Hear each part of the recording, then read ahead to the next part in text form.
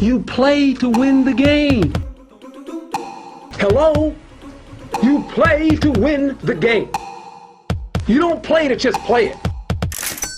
So next up, we got the Houston Texans. And Jay, take it away. D'Amico Ryan's one of my favorite coaches in the league. I love Bobby Slowick, one of my favorite coordinators in the league. We've been, I don't know, as much as I've been a CJ Stroud fan for a very long time. You kind of agreed with me last year going into the draft that you thought he was the best quarterback in the draft. Nico Collins. I did. I said he was the best quarterback. No. I'm saying, and I was just saying I've been loving CJ. You were higher on him than I was. Yeah. But yeah. Anyway, Stefon Diggs coming in, great addition as that wide receiver one. Compliment to Nico Collins, who was fantastic last year. Tank Dell getting shot, don't get stopped. Still going to go out there and probably catch 60 balls for 750 yards and 7 touchdowns. Dalton Schultz, just a machine at tight end, just fantastic. Juice Scruggs at center, like, let's go. Kenyon Green at guard. Love to see it. We were really high on him coming out of Texas A&M. Yeah, hopefully. We shouldn't have been. Oh, maybe he can do better. Laremy Tunsil, one of the best left tackles in the league, still to this day. Joe Mixon, Joe Mixon's weird because, like, it always seemed like he had the production, but it never really seemed like he was a game changer in Cincy. So I'm curious to see what he does here in this offense. He's just very versatile and like just fast enough to be like an explosive threat, but just powerful enough to be like a short yardage, like not short yardage back, but like a powerful enough to stay on the field and like it's hard to get him off the field. It's hard to get him off the field, but it seemed like every time he had like a compliment back, the compliment back had like all of the big wow plays, like the Samaje Perine for him. Yeah, and it was just crazy. Mainly just fantasy implications. It just always pissed me off with that. Dameon Pierce, we loved him his rookie year.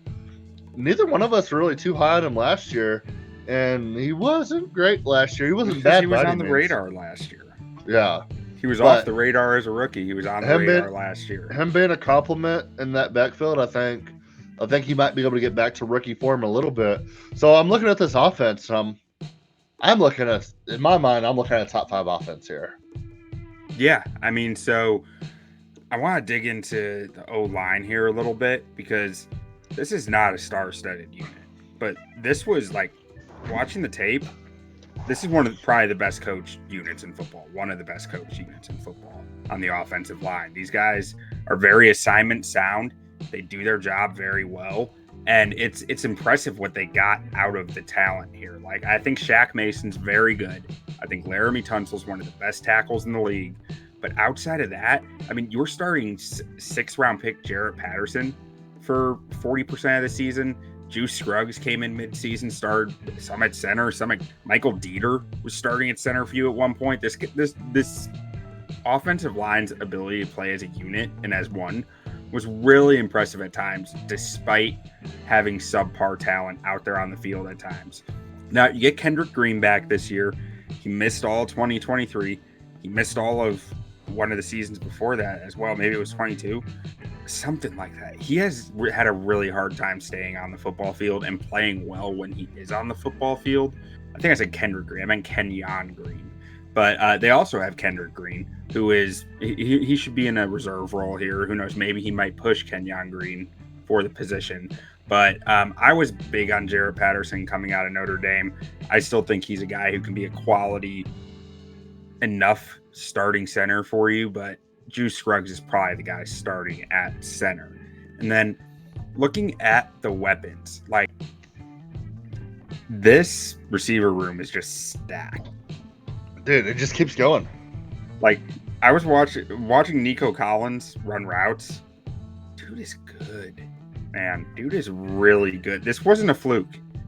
This was not a fluke. This was not some like surprise out of the blue season. This guy is a good football player.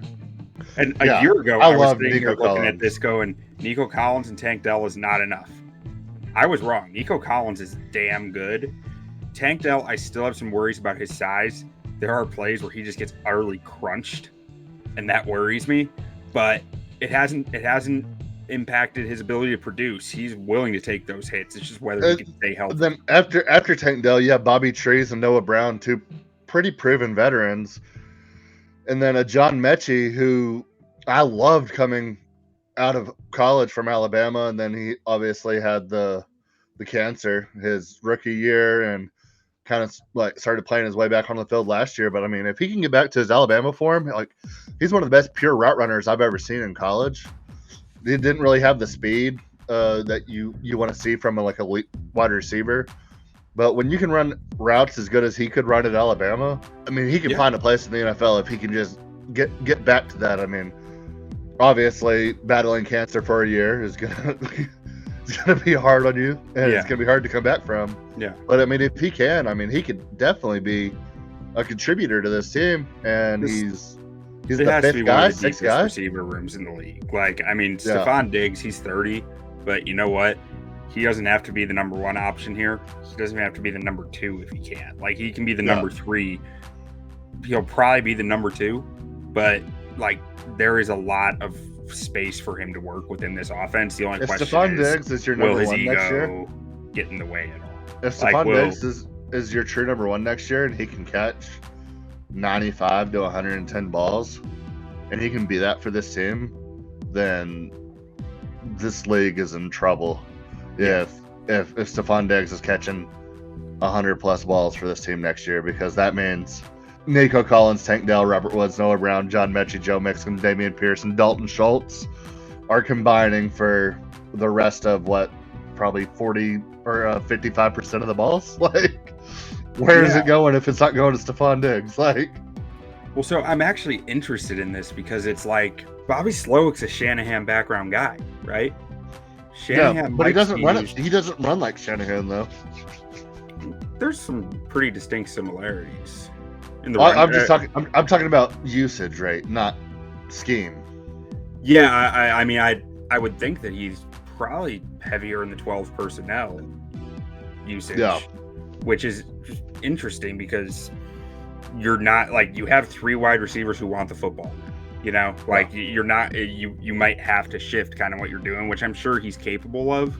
You think they can use Tank Dell as like a second running back, and the kind of the way they use Debo, but not like in power situations, more of like speed situations? No, I don't know. I just don't know if his body can take that beating.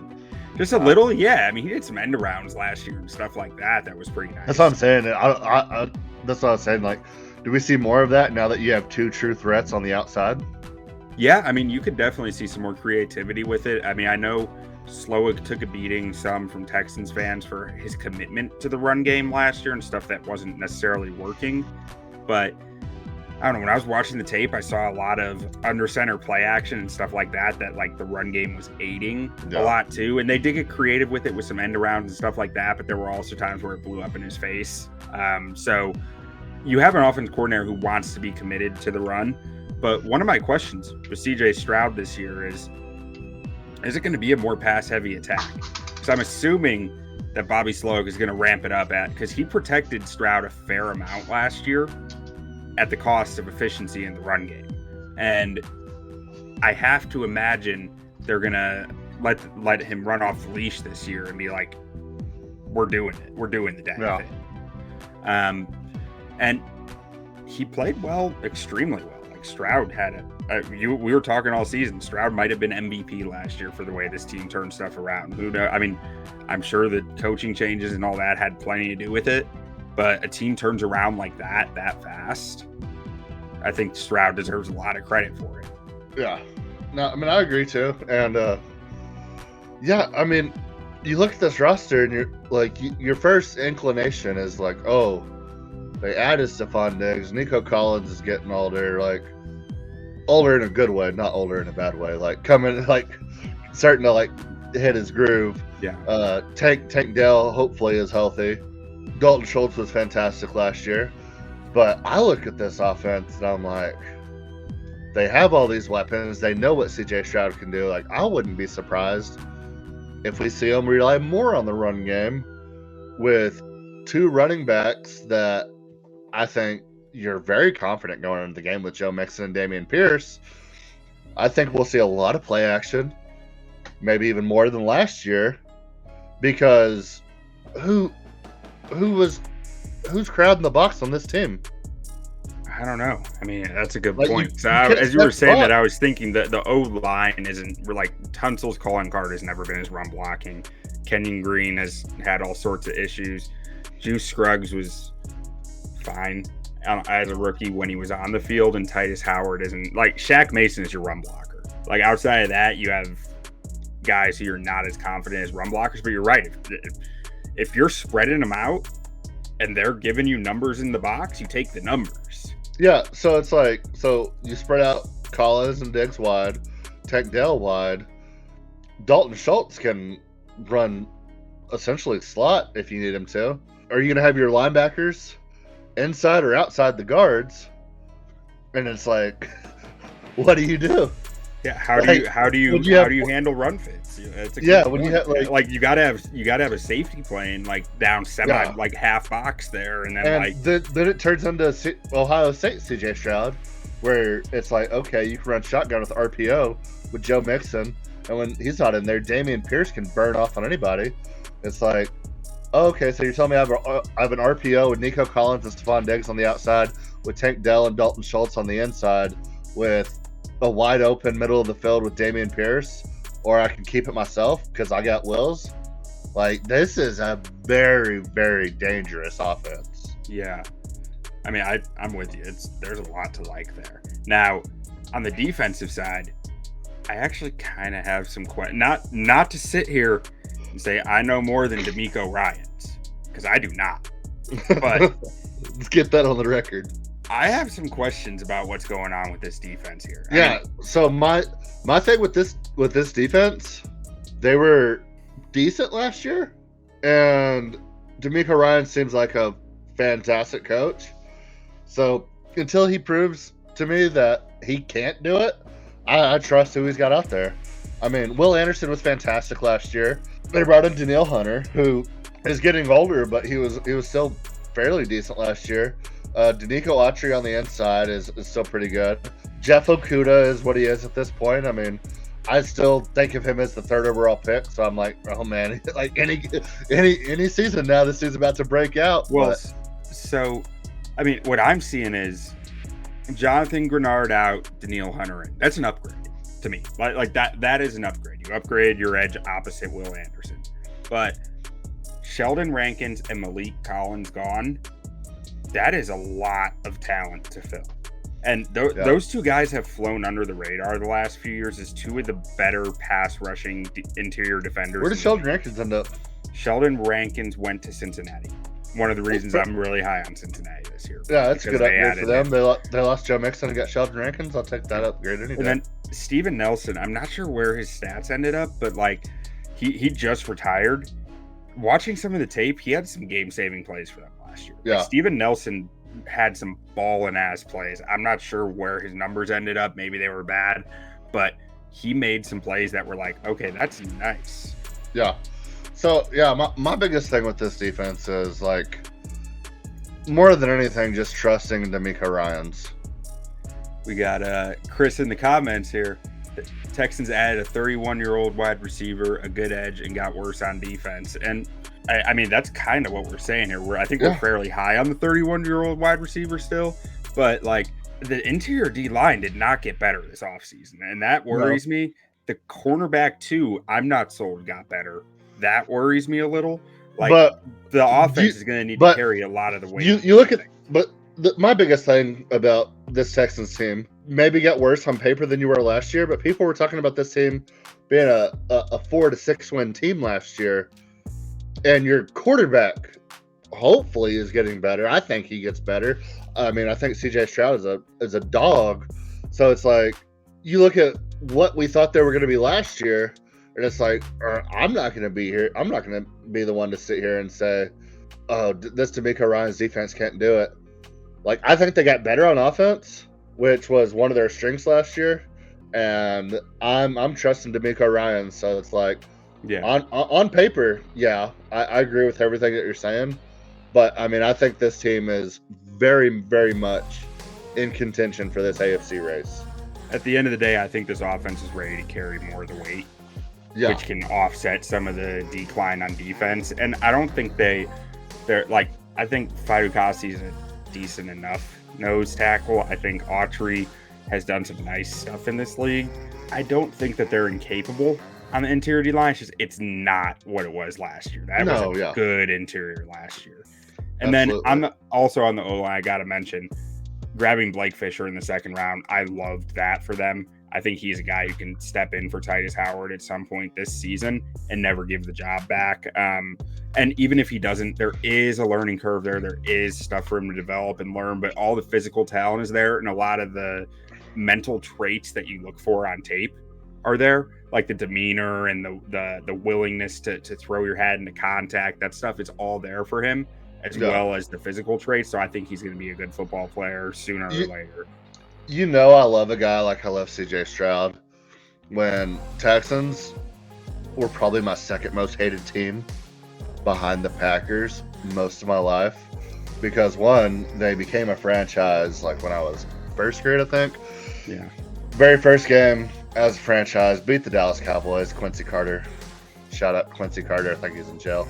Hope he's doing all right. Some money to that commissary. Yeah, the Texans fans are some of the most. Well, you dealt with it at Tech. We had a lot of Houston guys there.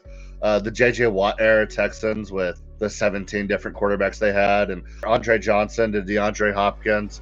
Seemed like they always had a top 3 wide receiver, a terrible quarterback, and a good defense. Like just. You're talking to a Bears fan who related very well to Texans fans. Looking at this defensive line, like and don't get me wrong, like losing Rankins and Collins, it hurts. This D-line's still going to eat. Danielle Hunter, Will Anderson, Derek Barnett, and Dylan Horton showed some flashes down the stretch last year to there is a lot of talent in that edge room that you're going to be able to take pressure off the interior. And the interior, you did fill it with run stuffers. Yeah. So they're not going to get after the passer the same way. Yeah, exactly. Like they built to get ready for Anthony Richardson and Jonathan Taylor. Like is how it feels to me. Yeah, I mean their top 3 defensive tackles are all run stuffing guys. I mean, maybe Danico Autry's probably a bit more of a pass rusher, but his stop rate was still good. And then Khalil Davis and Fatukasi, they're both big body guys. Looking at the linebacker room, they added Azeez Al-Shaair, who's probably one of the more underrated linebackers in the league. He had a really nice year. He's had a really nice few years in Tennessee before coming down to Houston. You know, D'Amico Ryans has got the linebacker room on lockdown. Christian Harris did well for the Texans last year. And then looking at the cornerback room is my biggest concern with this team. Like I know I gave that whole spiel. What do we think about Derek Stingley? So I know I gave that whole spiel about the D line, but the cornerback room is where I'm most worried. I like Stingley. Yeah. What I've seen on tape is I think there's still some stuff to tighten up, but I think he had a really nice year last year too. You know what's crazy? Came around. Like if that was his rookie season, we'd all be talking about him in similar light sauce, like I think. So, okay, that was my next point. Everybody I clowned on the Texans for passing on Sauce. I still think they made a mistake, but I think they did too. But I think the gap between them got a lot closer year 2 than people would admit. Yeah, like Sauce gave up a nice year. Sauce Gardner put up a lot of penalties last year. Which, I mean, he probably got away with a lot of them as a rookie for some reason. But that was one of the concerns with him. He was really grabby coming out of college. That was one of the things with Stingley he was probably cleaner about. And Stingley, I mean, after year 1, you would have thought these guys, one of them drafted a Hall of Famer and the other one drafted maybe a 5-year starter that's going to be a journeyman in the NFL. And now it's like, okay, well, maybe one of them got an All-Pro and one of them maybe makes a couple of Pro Bowls. No, I think the gap is a lot closer than it was after year 1.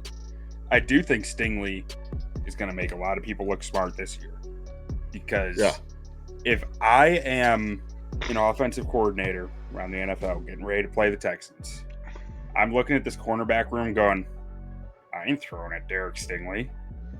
Yeah, throwing at these other guys. Like, I just don't think he's going to get targeted. What happens if Jeff Okuda's just like, I'm going to be an All-Pro this year? I mean, then the Texans are going to be really stinking good. Like, I mean, it's as simple as that. But what makes us think Jeff Okuda is going to do that? Because he was drafted so high. Number 2 overall. God bless him. Was he 2 overall? Mm-hmm. I thought he was 3. Maybe it was 3. It was something like that. In my mind, I hear the name Jeff Okuda. I loved him in that draft. In my mind, Jeff Okuda, every time I see his name, I'm like, why aren't more people talking about this guy? Like, I know he's not good, but I'm just like, but what if he's good this year? It's the pitfalls of drafting a cornerback who's only played 1 year at the college level. Like, yeah. It's, there's a lot of variance. He didn't put a lot of tape out there. Teams didn't get to scout all his deficiencies very well, and they didn't attack them because of it, because they just didn't know. And it's like once you get to the NFL, teams start to find out a lot faster where your deficiencies are. Yeah, and he had some early injuries that didn't help at all either.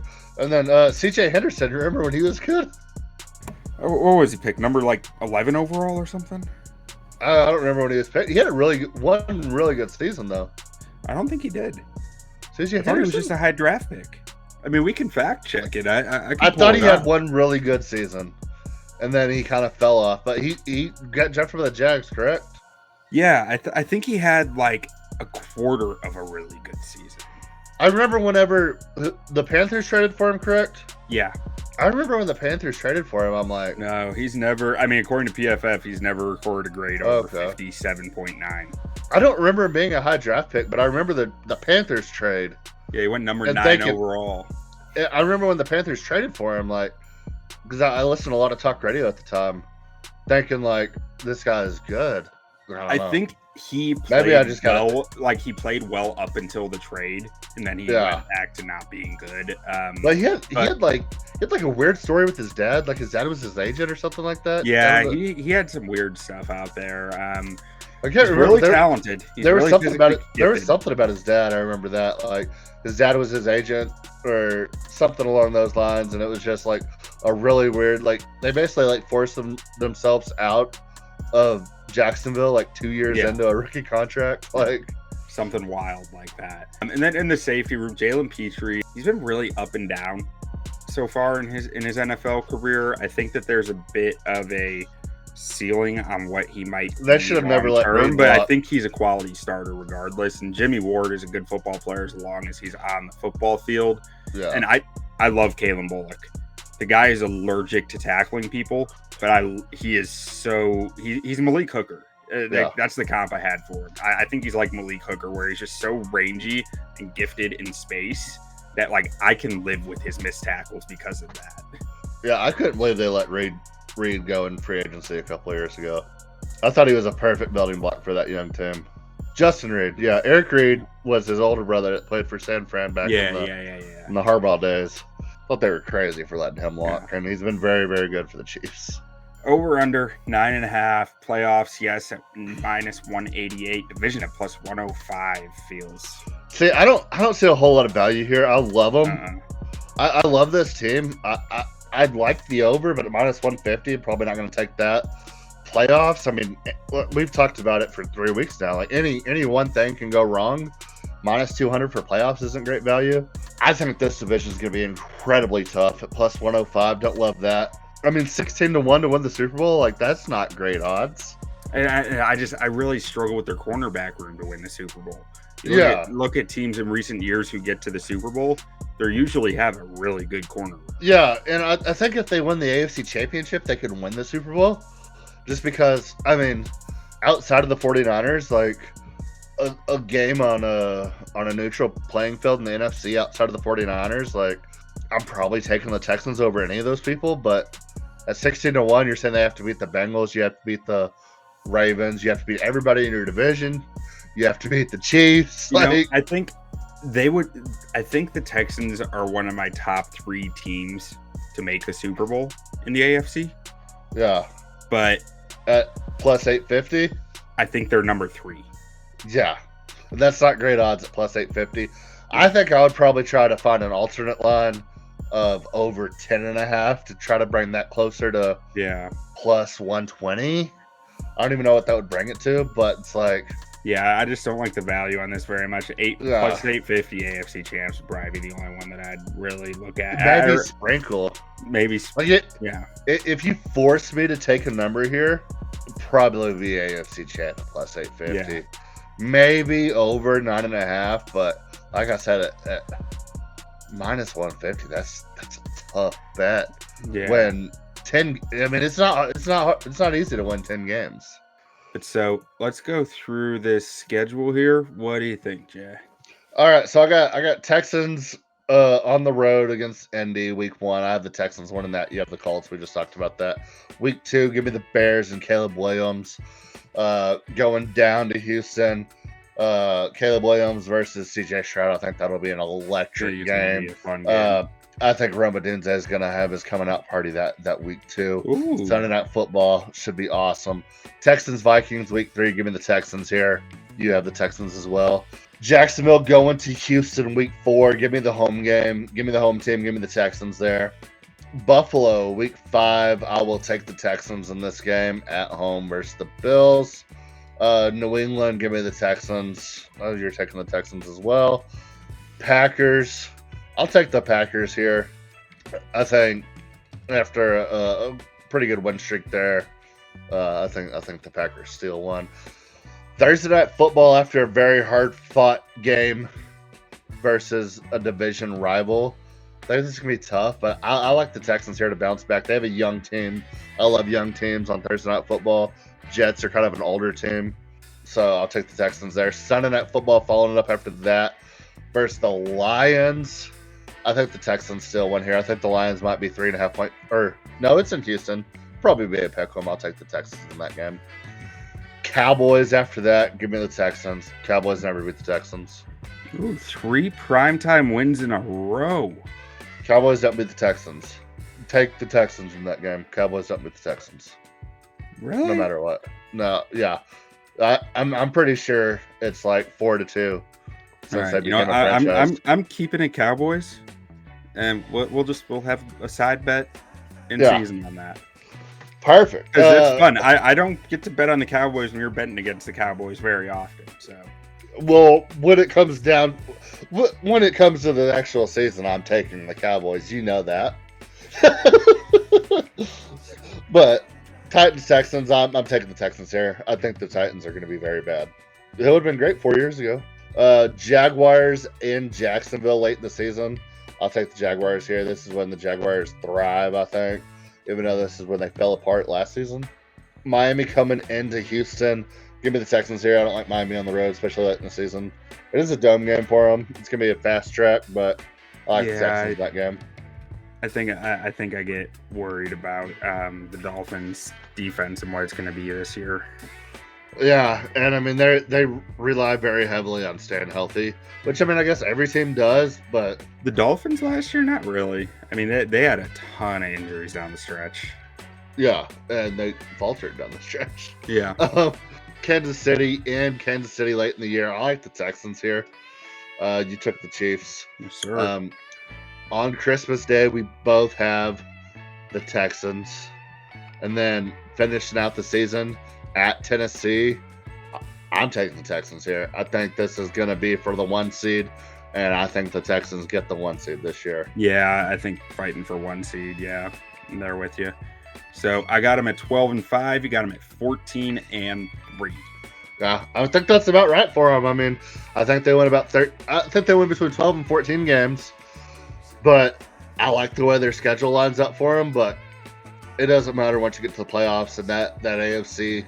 We've been talking about it for 3 weeks. It's gonna be so tough when you get. It doesn't matter how many games you win, because the Gruden grinder. It's gonna be a gauntlet. Hell, you could say that 10,000 times and it still wouldn't be enough. It fires me up, man. I love it. Say it one more time. Shake it back! Does that feel good? Yeah, it rhymes. They're both verbs.